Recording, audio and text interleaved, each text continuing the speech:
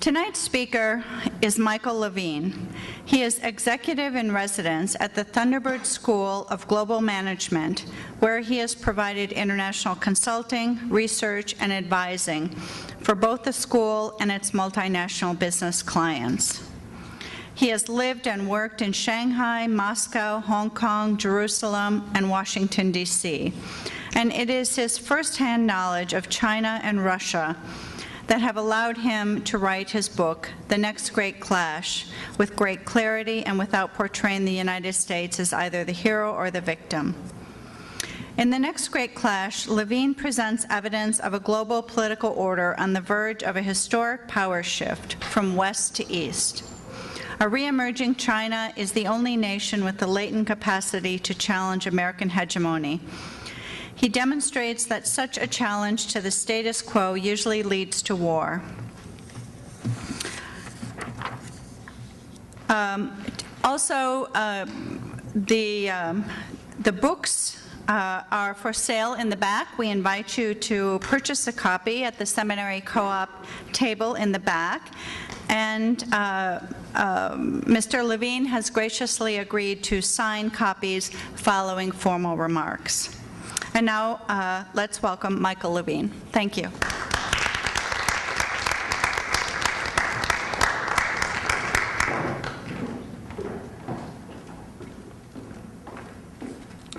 Thank you, Denise, for those kind comments. Can you hear me okay?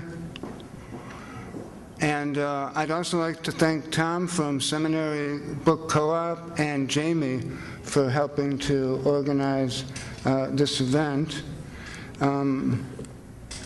Denise did a good job of summarizing the thesis of my book.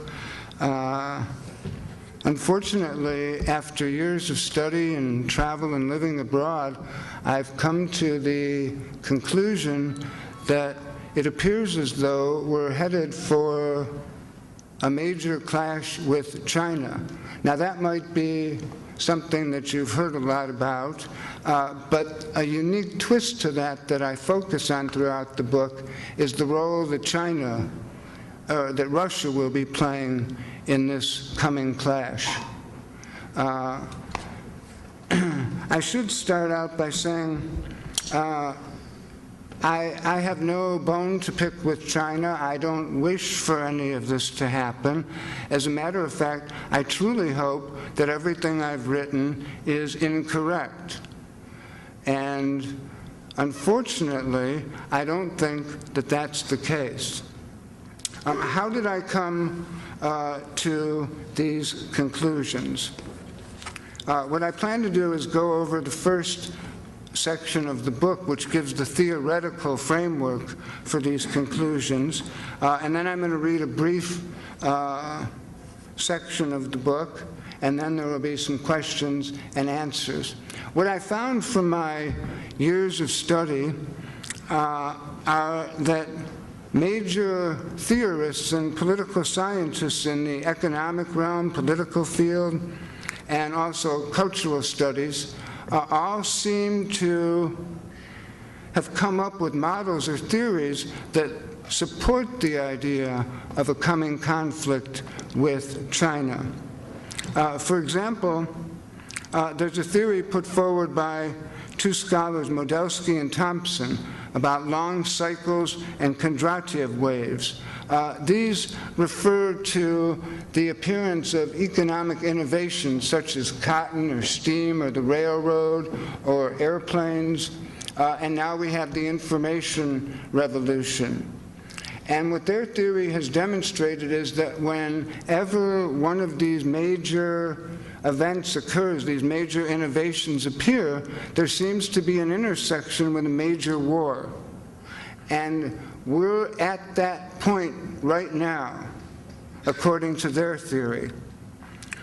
Taking it down a step, there's another theory in a book published by the University of Chicago Press by Organsky and Kugler, the power transition model. And this refers to when transitions occur between a challenger regime's modernization effort, in this case that would be China, and the United States. Now, there's a lot of talk as to when China might overtake the U.S. in gross national product, but whenever it happens, according to Kugler and Organsky, war typically has broken out, major war.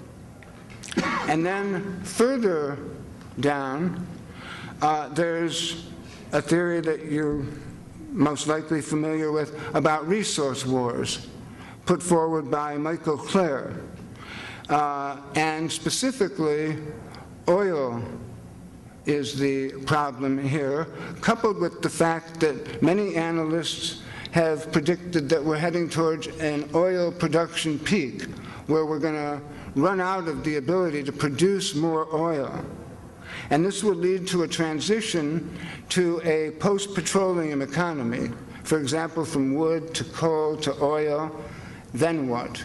And the then what, there's a lot of research that indicates that China is working on the then what. But regardless, this competition for resources leads to conflict, especially in view of the fact that the U.S., with 5% of the world's population, consumes more than 25% of the world's oil. And by 2025, that's going to increase even further, and the U.S. will have to import more than 70% of its oil. The same is happening with China and India. But in the case of China, they're at a greater disadvantage because they also depend on the U.S.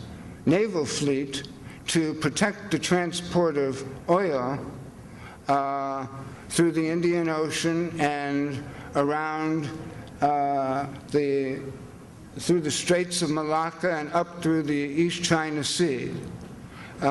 So it's suggested that this will lead to even more conflict.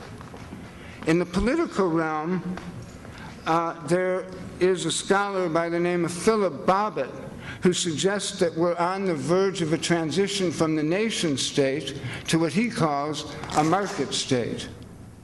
And he says and demonstrates that when these transitions occur in the type of constitutional order of the day, that it has led to cataclysmic war between the great powers. One of the University of Chicago's very well-known political scientists, John Mearsheimer, clearly makes the case for the competition between the U.S. and China leading to what he calls unbalanced multipolarity in Northeast Asia. And he demonstrates once again that this type of unbalanced multipolarity has led to great power conflicts throughout history. And finally, there's Samuel Huntington and his theory of the clash of civilizations, in which he has suggested a Chinese Islamic alliance against the West, or an arms for oil access. It's the West versus the rest, or, if you will, 14% of the world's population of primarily white people in wealthy northern countries versus everyone else. And when you take all of this into account, the best way I can summarize this again is by reading the final paragraph of this chapter. As we have seen, Medelsky and Thompson have established a correlation between the appearance of major economic innovations and global wars, and many theorists believe we're on the cusp of a transition from the information revolution to a new wave of innovations that will unleash a revolution in nanotechnology, genetic engineering, and space exploration. At the same time, the erosion of the legitimacy of the nation state and the emergence of the market state may lead to what Bobbitt calls an epochal or cataclysmic war. Regardless, the U.S. will most likely intervene to prevent China's rise as a potential peer competitor, especially because as China's economy grows, the likelihood of war with the U.S. will increase. Huntington believes that a Chinese Islamic alliance against the West may erupt into an inter-civilizational war. Now, those are the big macro trends that are addressed in the book, but then when you move to the U.S. itself and what's happening here, we focus on three general areas. The first, U.S. foreign policy, and the rise of what has been called the Vulcans, meaning the neoconservative groups. And that also seems to have a basis here at the University of Chicago, where Paul Wolfowitz studied under Professor Strauss. What has this caused? Severe strains in the Atlantic Alliance, although that seems to be alleviated somewhat recently with the change in power in France and Germany, and it seems like a complete disdain for the United Nations. At the same time, over the past 40, 50 years, there's been a politicization of the U.S. Defense Department. By that I mean that the U.S. Secretary of Defense over time has become a political appointee rather than an expert. And that's especially the case with Donald Rumsfeld. This has led to a vast strategic overextension of U.S. forces. There are currently more than 500,000 U.S. military personnel assigned to more than 700 bases in at least 38 countries. And this is based on open resources. We don't really know the accurate figures. And it does not include personnel on U.S. aircraft carriers, nor does it include the personnel that are hired by private security firms. And if you look at the U.S. budget allocations for defense, which exceed more than $400 billion, and then you compare that with State Department budget allocations, you see that the State Department is getting maybe 4 or 5% of what the Defense Department is getting. So clearly, American foreign policy these days stresses force over diplomacy. At the same time, as we all know, the country seems to be mired in debt, and it doesn't look very promising as to how we're going to work our way out of this, especially when we have gas approaching $4 a gallon, and the subprime crisis, which we're currently dealing with. All the while, China has positioned itself as America's banker. So in addition to imperial overstretch, something discussed by Paul Kennedy in the mid-'80s during the Reagan military buildup, we now have domestic overstretch that seems to be tinged with vanity and hubris that have imperiled America's authority all over the world. Moving on to China, it seems that there are also many trends there that complicate matters even further. There's a historian of China, his name is Gary Ledyard, and he's come up with a very fascinating account of Chinese history in which he identifies cycles of expansion and retreat. And each of these cycles averages about 700 years.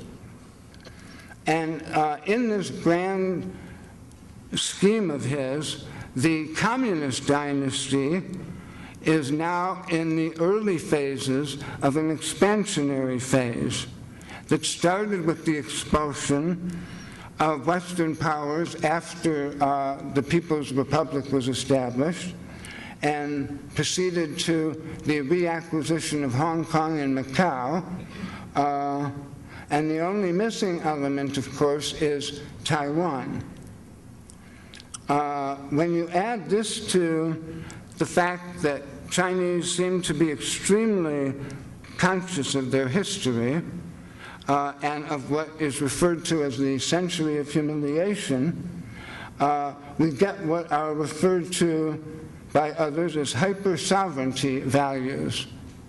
And this is especially true when it comes to the western rim of China, Mongolia, Tibet, Central Asia. And coincidentally, the US seems to be encircling China in those areas with bases in Afghanistan and Kyrgyzstan. And there is an increased level of military aid and presence in Mongolia.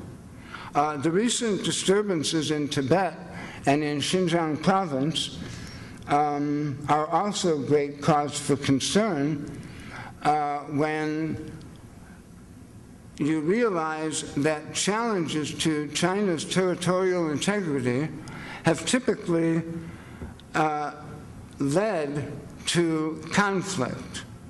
In a study of more than 100 military disputes, threats to China's territorial integrity have led to conflict most of the time, and China typically responds more aggressively and escalates quicker than other nations.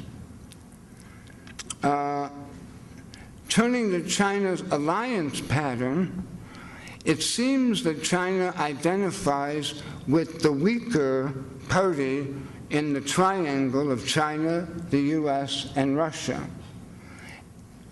And right now, China is associating with Russia in that regard.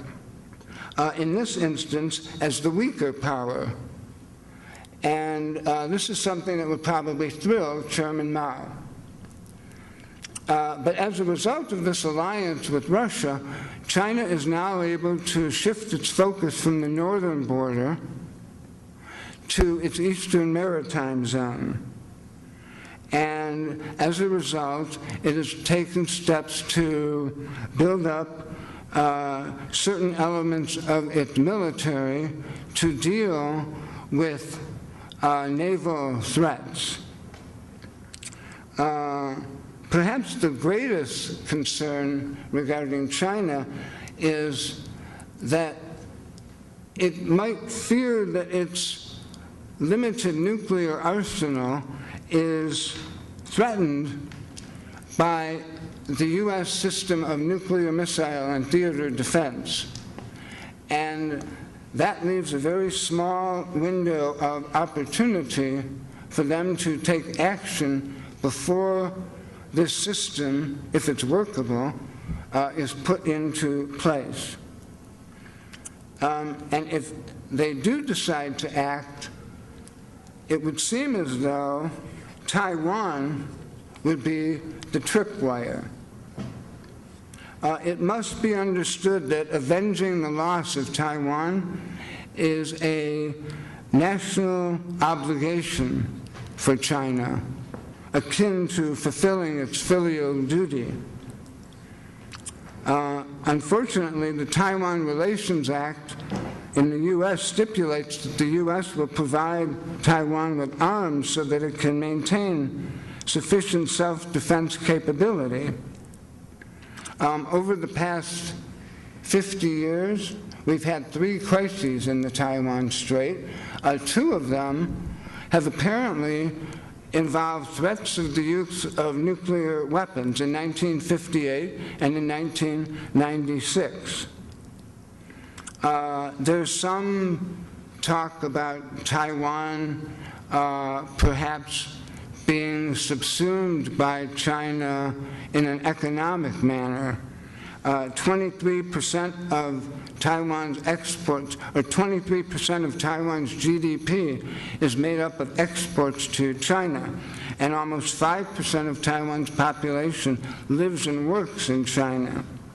let's hope that that's the case, because unfortunately, most major wars come about because of the interventions by the existing power on behalf of some other type of victim, in this case, Taiwan. Now, in section 2 of my book, I focus on the Sino-Russian relation as it has developed since about the 1600s until the present. And what we find is that today, China and Russia are closer than they've ever been before, and that they're cooperating in ways that have never occurred before. And this seems to be totally off the radar in the media in the U.S. And it's something that I think deserves greater attention at this time. So that, in summary, is what the next great clash is about. If you'd like, I'll take questions, and then perhaps after that, read a small selection from the book. Thank you.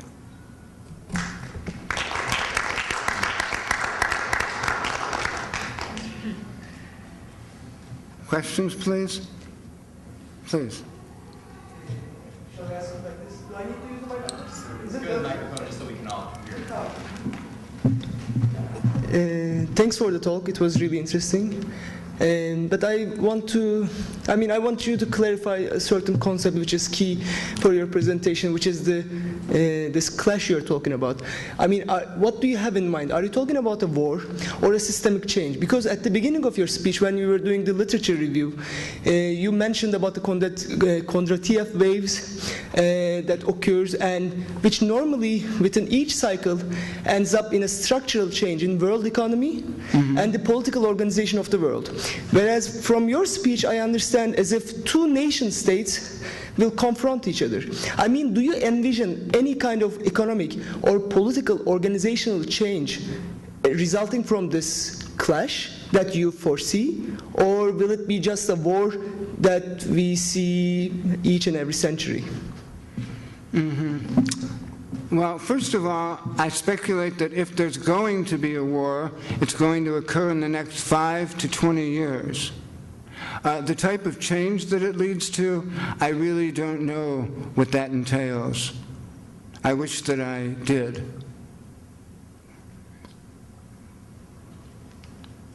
Yes, please. We all hear of the pollution problems that China is undergoing now. Will that eventually impede its economic growth and affect maybe its status as a great power? It definitely could, but in the short term, it would seem that it helps China to grow economically because they're not saddled with the burden, for example, that the EPA imposes on businesses in the United States, which is of great cost. I can also add that I've worked in China, and what I found was that concerns about the environment were rather non-existent. There will be a cost to pay, but it's going to come later, just as it's come later in the U.S., it would seem.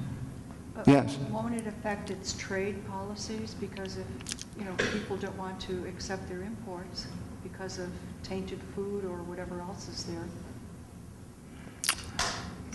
I don't see that it's had much of an impact in the trade statistics these past few months. But it could. I think that you'd have to weigh buying cheaper goods or not.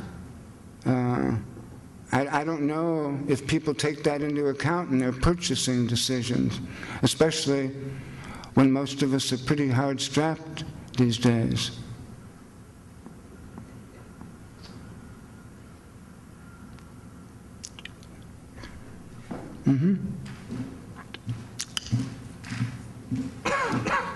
Do you think this is going to happen because obviously in the next 5 to 10 years the Chinese are going to be overthrown?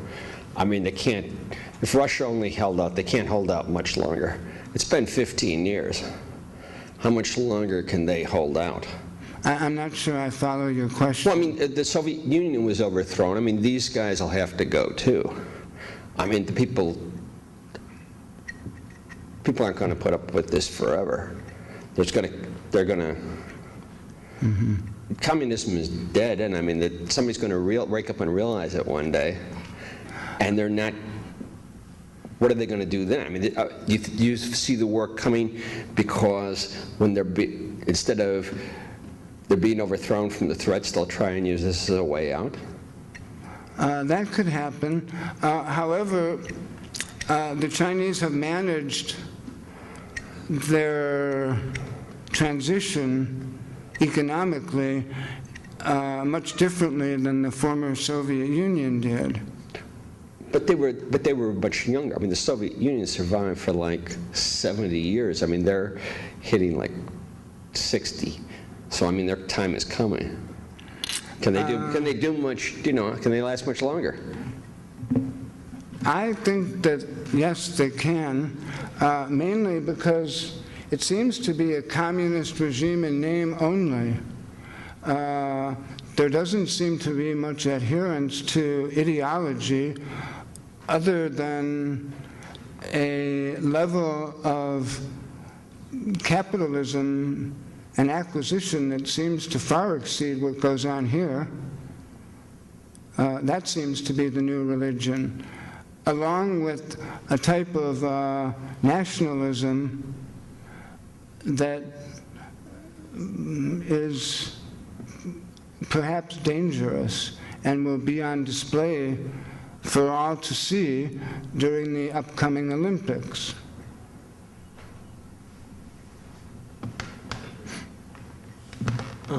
I was wondering if you think that this coming clash could be avoided, and if so, how? I was afraid someone would ask that.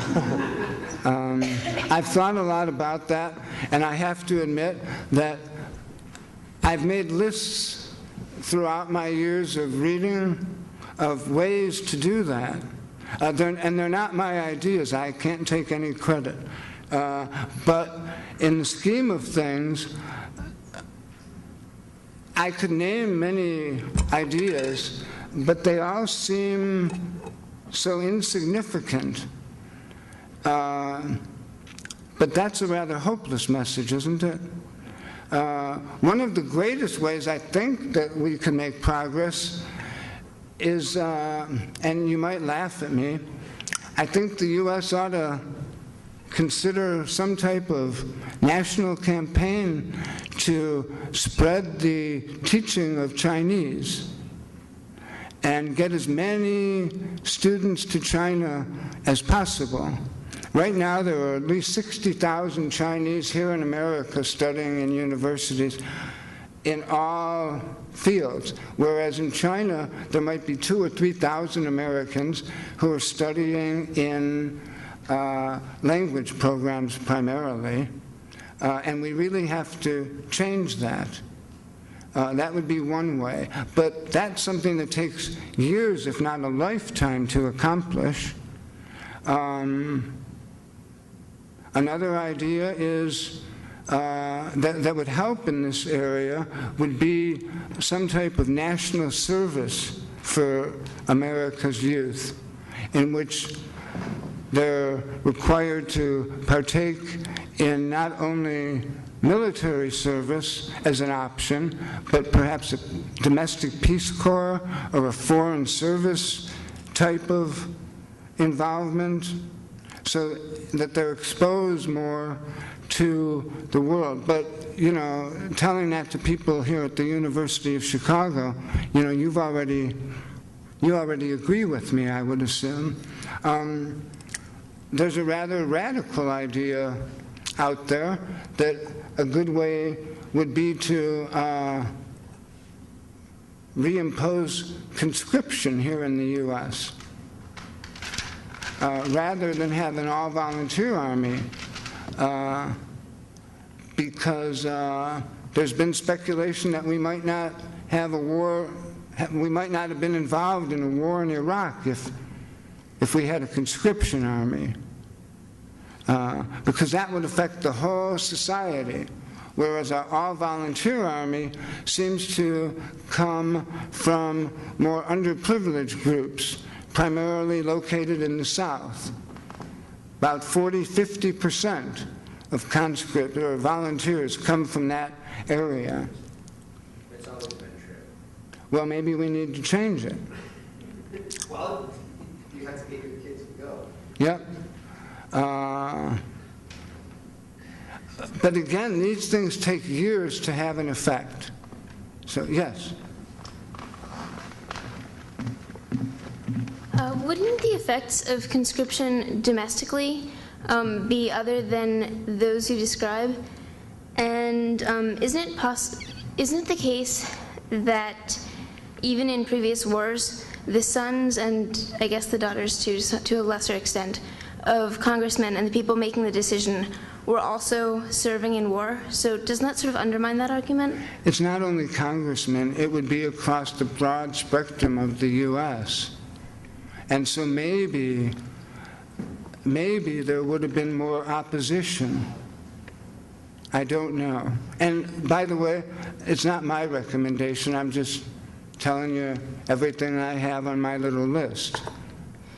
Right, but wouldn't it look like the U.S. was trying to increase its military capacity so that it could use it, as opposed to necessarily other countries assuming that by increasing our army, we were going to prevent war? Well, if a conscript army, the number of people, you can control that. You don't necessarily have to increase it. Okay. Mm-hmm.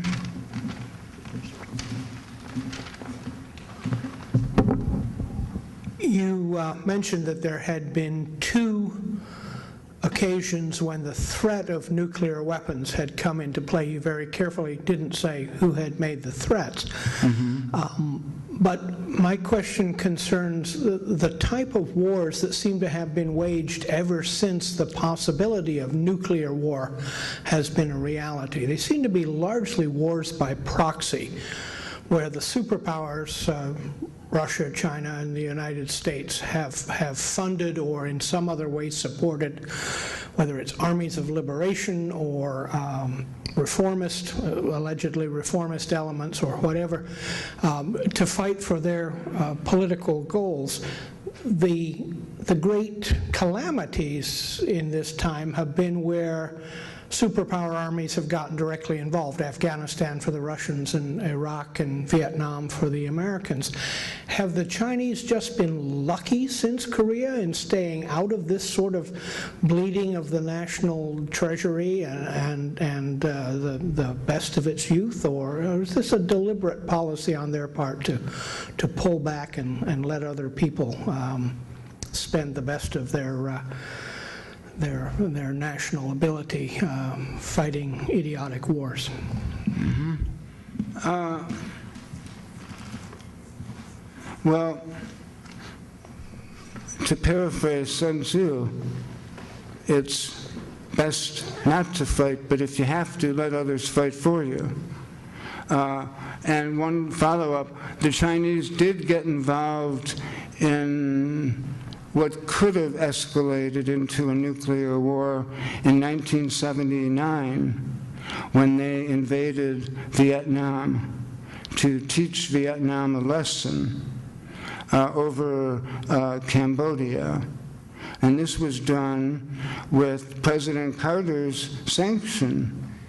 When Deng Xiaoping met with him in the White House, there was a discussion about this, and after Deng Xiaoping returned to China, the Chinese moved into Vietnam and lost many soldiers as a result. And there was concern that there could have been some type of nuclear involvement by the Soviet Union, who was an ally of Vietnam at the time.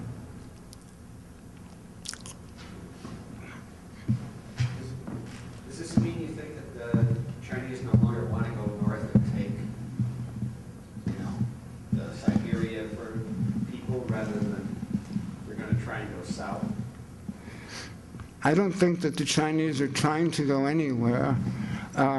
They've resolved all of their border disputes with Russia, so that's no longer an issue. What I'm fearful of is that because of all of these trends that I've presented, that we might accidentally stumble into something like this. That's what I'm fearful of. I don't think that the Chinese are going to lash out aggressively seeking war or territory unless Taiwan is somehow threatened. Yes, sir. Yes, when you pointed out that this conflict is going to happen in the next 5 to 20 years, I was wondering what kind of conflict this might be. Is it going to be a military conflict, or is it going to be fought in this sort of economic conflict? Because in my estimation, if it's going to be a conflict that is predicated on military superiority, I guess both powers will probably going to have to find something to use, because they both have nuclear weapons, and somebody's going to have to produce something that will make nuclear weapons to be obsolete. Otherwise, they're going to cancel themselves out. But it's almost very difficult to see where the conflict is going to happen between the United States and China, because as you pointed out earlier, that the two countries are so intertwined, at least economically speaking, because you have so many American companies operating from China, and as you also pointed out earlier, that China is pretty much like the banker to the U.S. So when you have this serious economic intertwine between the two countries, I wonder why, how is a conflict going to happen in this kind of situation where nobody's going to win at the end of the day anyway. And to me, what China seems to be doing right now is what the U.S. have done over the years, and that is, advancing and projecting their own economic superiority by going out into all these smaller states and actually making a presence. So it's really nothing new what China is doing. It's pretty much an old game, from the Western power. So I was wondering what shape and form this conflict is going to take, considering the fact that these two countries are pretty much into each other, economically speaking. Yeah. Well, there are many questions involved in your statement. Yes, you're right. This is nothing new. What is new is that China's doing it and not the United States. And so that's not tolerable for the United States in the long term. Number one. Number two, with nuclear weapons, if the U.S. system of nuclear missile and theater missile defense works, that'll sort of neutralize China's nuclear capability. And its nuclear capability is rather small. I believe that there are 20 or so intercontinental ballistic missiles that could hit the U.S. It's a very small force, and it's all land-based. They don't have them on submarines yet, and so it's much easier to take them out, theoretically, if it ever came to that. Don't misunderstand, I'm not advocating for any type of nuclear war, however. If there is a war, it would occur in China, not in the U.S. China doesn't have the military capability to project its power here militarily. However, your question leads to some very interesting points. China has been building up its capabilities in asymmetric warfare. What does that mean? Well, it looks for weaknesses in the U.S. and exploits them. What's a weakness? There are many. The U.S. is networked to an unbelievable extent, and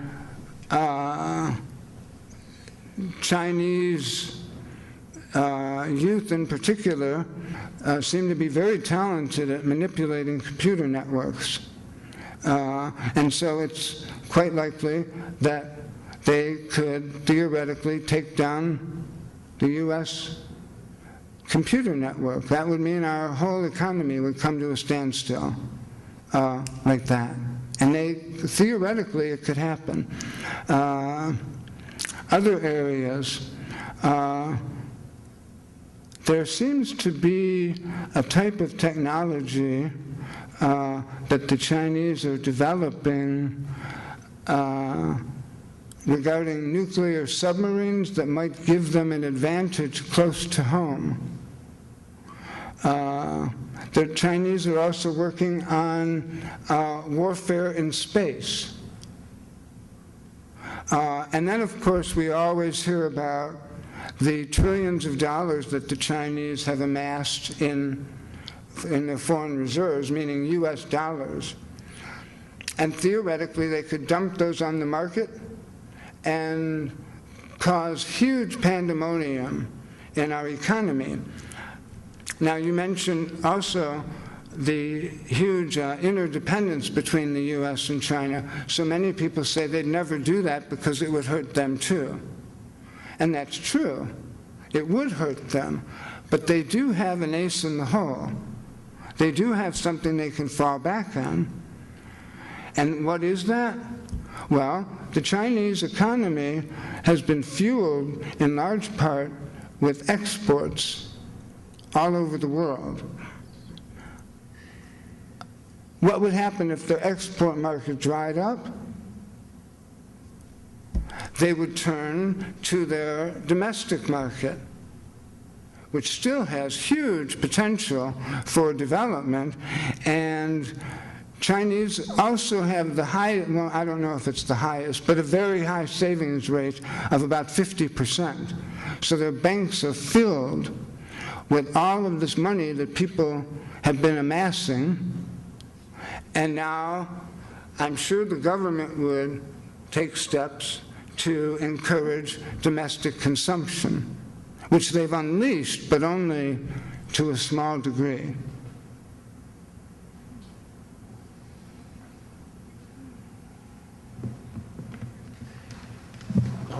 What do you think might happen if the United States and other countries changed trade policy and started to make requirements on things like workers' rights, rights to unions, collective bargaining? Do you think that potentially would have any effect on the relationship between the United States and China?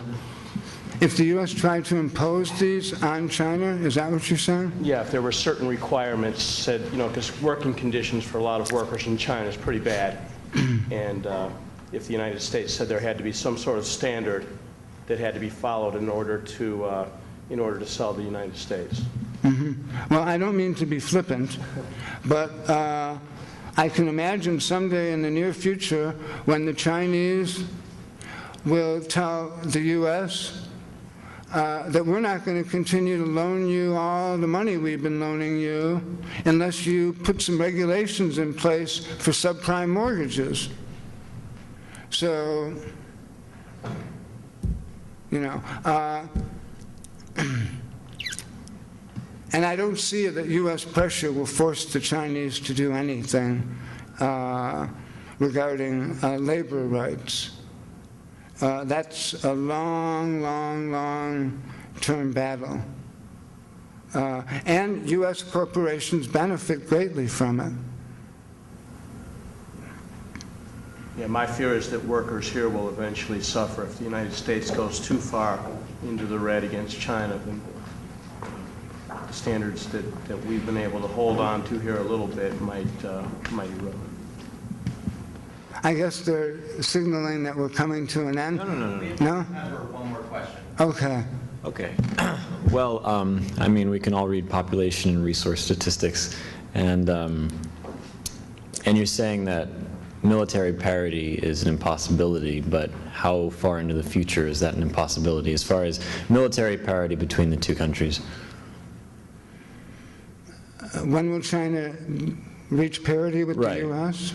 I don't know if China will reach parity with the U.S. militarily, but they have these other weapons at their disposal that counterbalance that. And one that I haven't mentioned is an unbelievable capacity for suffering and sacrifice. And couple that with a belief that their time has come, and that's a pretty potent force to reckon with. I know it's not a military tool, but it's quite powerful. And when you live and work in China and see it on a daily basis, it's quite impressive. And thank you all for your questions. They've been great, and I've really enjoyed them. And I truly appreciate your coming out on such a beautiful evening to listen to me, an unknown author. So thank you very, very much.